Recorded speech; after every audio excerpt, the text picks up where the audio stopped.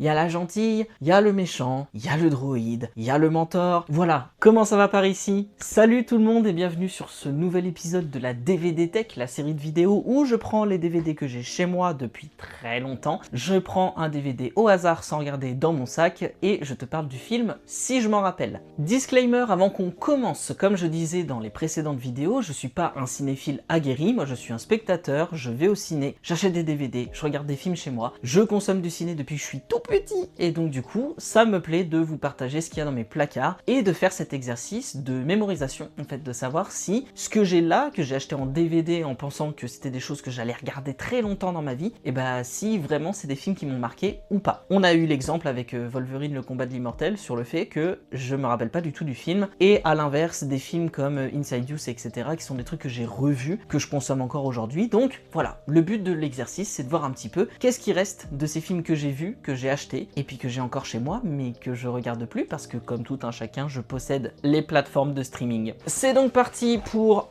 le sac cabas de Noël. En plus j'ai retrouvé 3 DVD que je n'avais pas mis dans mon sac, donc voilà, tout ça c'est des DVD. Il y a de quoi faire, je pense qu'on va bien s'amuser. On est parti, je prends le premier qui vient ici. Il y a une pastille là, je sais pas ce que c'est. Oh, le DVD de piètre qualité. Ok.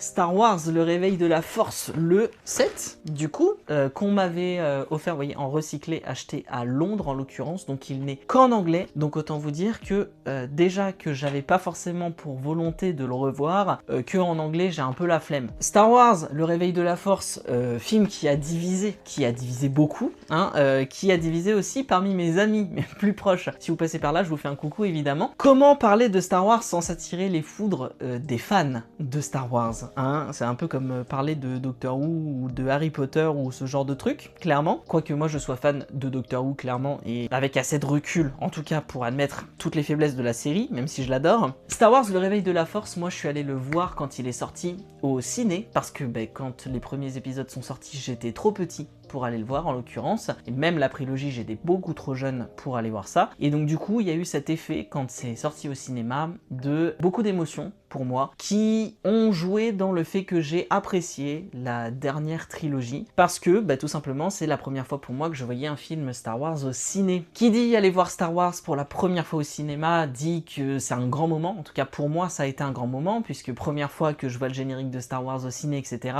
c'était un vrai truc. Moi j'ai grandi avec Star Wars, avec la saga puis la prélogie etc, c'est des trucs qu'on regardait à la maison avec mes parents et tout ça, donc évidemment quand c'est sorti, voir moi le spot Star Wars qui arrive sur un grand écran, ça fait quelque chose émotionnellement. J'ai plutôt apprécié ce premier film parce que j'ai pas passé un mauvais moment dessus. Pour autant, est-ce que je serai en mesure là tout de suite de résumer ce qui se passe là-dedans? Je suis pas sûr d'y arriver très en détail. Encore une fois, ce film, je pense que je l'ai vu genre 1 ou 2 fois dans ma vie, on me l'a offert, bon, je l'ai pas remis en réalité sur ma télé ou quoi. Je sais juste que on suit forcément le personnage de Rey, qui est la protagoniste de cette nouvelle saga, et en opposition, en antagoniste, on a donc le fils de Han Solo et de Leia. Concrètement, c'est la même chose que ce qui a déjà été fait, puisque on a le personnage qui va devenir un Jedi, qui est opposé à un personnage antagoniste qui est méchant et qui porte un masque. Là, ils ont essayé de le justifier en disant « en fait, il essaye de continuer l'héritage de son grand-père qui était Dark Vador, et donc du coup, c'est pour ça qu'il a un masque. » En gros, il y a plein de petites choses comme ça qui sont expliquées dans le film, sur lesquelles on essaie de donner du sens, mais qui sont des facilités scénaristiques qu'on peut pas nier. J'ai beaucoup aimé ce film sur plusieurs points. Le fait que déjà ce soit une protagoniste et pas un protagoniste, parce que en fait on commence à en avoir ras-le-bol d'avoir que des mecs gentils et méchants, genre voilà. Donc chouette d'avoir une fille qui soit protagoniste de l'histoire contre un méchant qui a des faiblesses, qui a des failles et qu'on capte très vite. Et surtout, je trouve que le plus intéressant dans toute cette trilogie qui suit, et surtout dans ce film-là, c'est le personnage de Flynn, le Stormtrooper, qui se retourne contre en fait la faction d'où il vient, où il a été créé, et je trouvais ça hyper intéressant d'avoir un autre point de vue en fait, puisque les Stormtroopers pour nous c'est juste des personnages débiles qu'on suit depuis le tout début de la saga Star Wars, et du coup s'attarder sur un personnage Stormtrooper, j'ai trouvé ça hyper intéressant. Moi le gros reproche que j'ai fait tout de suite après avoir vu le film, c'est un Star Wars et on n'a pas de sabre laser. On a très peu de laser, on a très peu ce genre de choses, et en fait, à un moment donné, c'est pour ça qu'on regarde Star Wars. Quitte à ne pas nous avoir mis un scénario hyper travaillé, ça aurait été cool qu'on ait du sabre laser, qu'on ait des combats, qu'on ait des trucs un peu chouettes. Et c'est quelque chose qui aurait pu être travaillé aussi sur la suite, et la suite pour moi est pareil, pas très intéressante. J'ai préféré, je pense, le second volet de cette nouvelle trilogie parce que j'ai aimé ce qui avait été amené en termes de lore, mais bon, pour toutes les personnes qui sont fans de Star Wars, vous savez très bien ce qui est reproché principalement, le fait que on a 3 scénaristes, 3 réalisateurs, on a 3 films qui ne se suivent pas, qui ne racontent pas la même chose, des films qui n'en ont rien à faire aussi de ce qui a été posé comme jalon avant, et je trouve que le film qui s'en sort le mieux, on va dire, dans tout ça, ça reste celui-là, le 7, qui reste à peu près dans la continuité, on va dire, de ce qu'on a vu. En termes de résumé, on est vraiment sur un Star Wars assez classique, comme on a dit, avec la gentille qui va combattre le méchant, et merci, bonsoir, c'est terminé. Je pense que ce qui a fait que j'ai vraiment beaucoup aimé ce film quand je l'ai vu, encore une fois, c'est plus la nostalgie qu'autre chose. Je ne me suis pas refait cette trilogie depuis que je l'ai vue au cinéma. Donc clairement, j'en ai pas un souvenir hyper impérissable. Pour autant, j'irai pas cracher dessus comme la plupart des gens font actuellement. En fait, il y a un peu un truc qui se passe, je trouve, avec les sagas comme ça, où il y a la trilogie initiale, puis ensuite on a fait la prélogie, et ensuite on a refait une trilogie derrière. C'est que, en fait, on n'est pas dupe à un moment donné, on sait très bien pourquoi la saga a été faite. C'est que Star Wars, ça marche. Star Wars, ça marche autant sur les jeunes maintenant qui vont découvrir avec ces nouveaux films-là, qui sont vachement plus qualitatifs en termes d'image, etc., que ce qu'on avait quand on était plus jeunes nous, que des gens auprès desquels on va jouer sur la nostalgie de Star Wars en disant hey, regarde, ce qui est mon cas, on met Star Wars au cinéma, tu vois Star Wars sur grand écran, ce que t'as pas pu voir avant, etc. Forcément, Star Wars, si c'est refait, c'est pour jouer sur cette nostalgie-là, c'est pour ramener des gens, c'est pour faire de l'argent, en fait, concrètement. Donc il y a un peu ce truc de, est-ce que vraiment on est surpris que cette trilogie soit pas dingue? Ben pas vraiment, en fait. Si on est totalement honnête, on s'y attendait. En réalité. Et surtout, c'est là-dessus que je veux m'attarder par rapport à ce film, c'est que moi j'ai apprécié parce que je savais très bien que j'allais pas être surpris. Et par contre, à l'inverse, quand j'ai vu Rogue One, qui est clairement absolument génial, bah là j'ai été surpris. Et donc là pour moi ça a été un grand film Star Wars parce que j'ai été surpris, parce que je m'attendais à rien et en fait, ben je suis sorti de la salle en me disant waouh, c'était trop bien. Et du coup, Star Wars 7, j'attendais pas quelque chose d'extraordinaire, quelque chose qui allait changer de la prélogie ou quoi que ce soit, juste un film Star Wars en meilleure qualité d'image, et c'est ce qu'on m'a donné et c'est ce que j'ai eu. Mais du coup, encore une fois, quitte à être là-dedans, bah en fait, donnez-moi du sabre laser, donnez-moi des combats de dingue en fait. Je trouve que ça manque vraiment. Depuis la revanche des Sith, on n'a pas de combat de fou où vraiment on est tenu en haleine et on se dit waouh, c'est ça Star Wars, c'est vraiment un truc de ouf. Donc pour moi, c'est pas un mauvais film parce que c'est un film de divertissement basique, un film qui n'a pas de vocation quelconque, un film qui vient pas te dire hey, regarde, en fait Star Wars c'est aussi dingue que ça, parce que c'est pas fou, mais ça a au moins le mérite, encore une fois, de mettre une femme au centre de l'intrigue, même si on sait comment ça termine, et là, j'ai jamais vu un truc dans le 3 aussi tiré par les cheveux que ce plot twist de fin, mais pour autant, voilà, moi le personnage de Rey me plaît beaucoup, j'adore ce personnage, je trouve ça cool, c'est une femme qui est super débrouillarde, c'est enfin un personnage féminin au centre de l'intrigue de Star Wars. Franchement, j'ai rien à demander de plus, en fait, et à attendre de plus de ce film.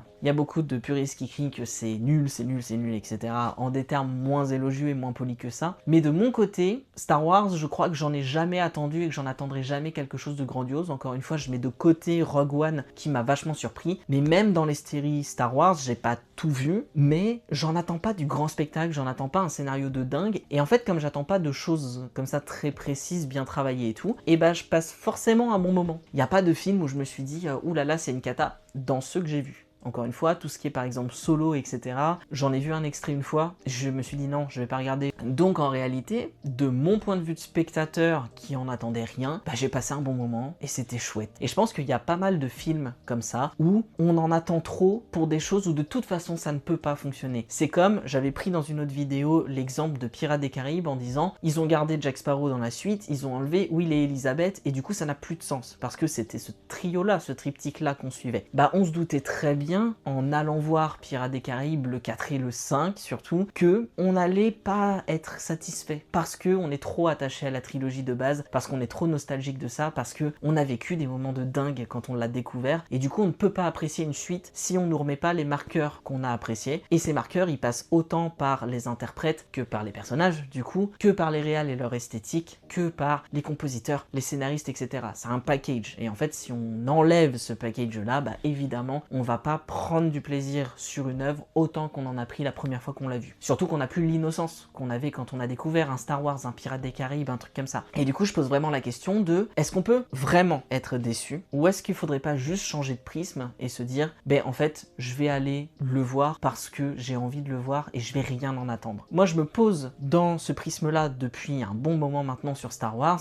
depuis des années pour être honnête, et du coup je peux être que surpris en bien, ou alors en très mal, sur quelque chose. Par exemple, récemment j'ai regardé la série The Acolyte de Star Wars, ben moi j'ai kiffé. J'ai kiffé parce que j'en attends rien de cette série, et que du coup, bah moi j'ai eu un peu plus de sabre laser, j'ai vu des Jedi et tout, j'étais content. J'étais juste content de voir cette série. Et je sais que j'ai des amis qui sont vraiment puristes de Star Wars qui m'ont dit, mais vraiment c'est de la... c'est un enfer à regarder, etc. Ouais, parce que vous avez des attentes sur la série, sur les films, etc. Et je vous assure que cette position de ne plus avoir d'attente, ben ça me permet d'apprécier encore plus Star Wars. Et finalement, bah, je m'y retrouve encore plus. Donc voilà, j'ai pas forcément plus de choses à dire sur le film en lui-même parce que je trouve que voilà, c'est des mécaniques qui restent très similaires à ce qui a déjà été fait. Il y a la gentille, il y a le méchant, il y a le droïde, il y a le mentor. Voilà, on sait très bien ce qui va se passer, on sait très bien comment ça va finir, etc. Les explications sur les choses sont pas forcément dingues. On avait l'Empire, maintenant on a un autre ennemi qui s'appelle plus l'Empire mais qui s'appelle autrement. On a le méchant avec le masque encore une fois.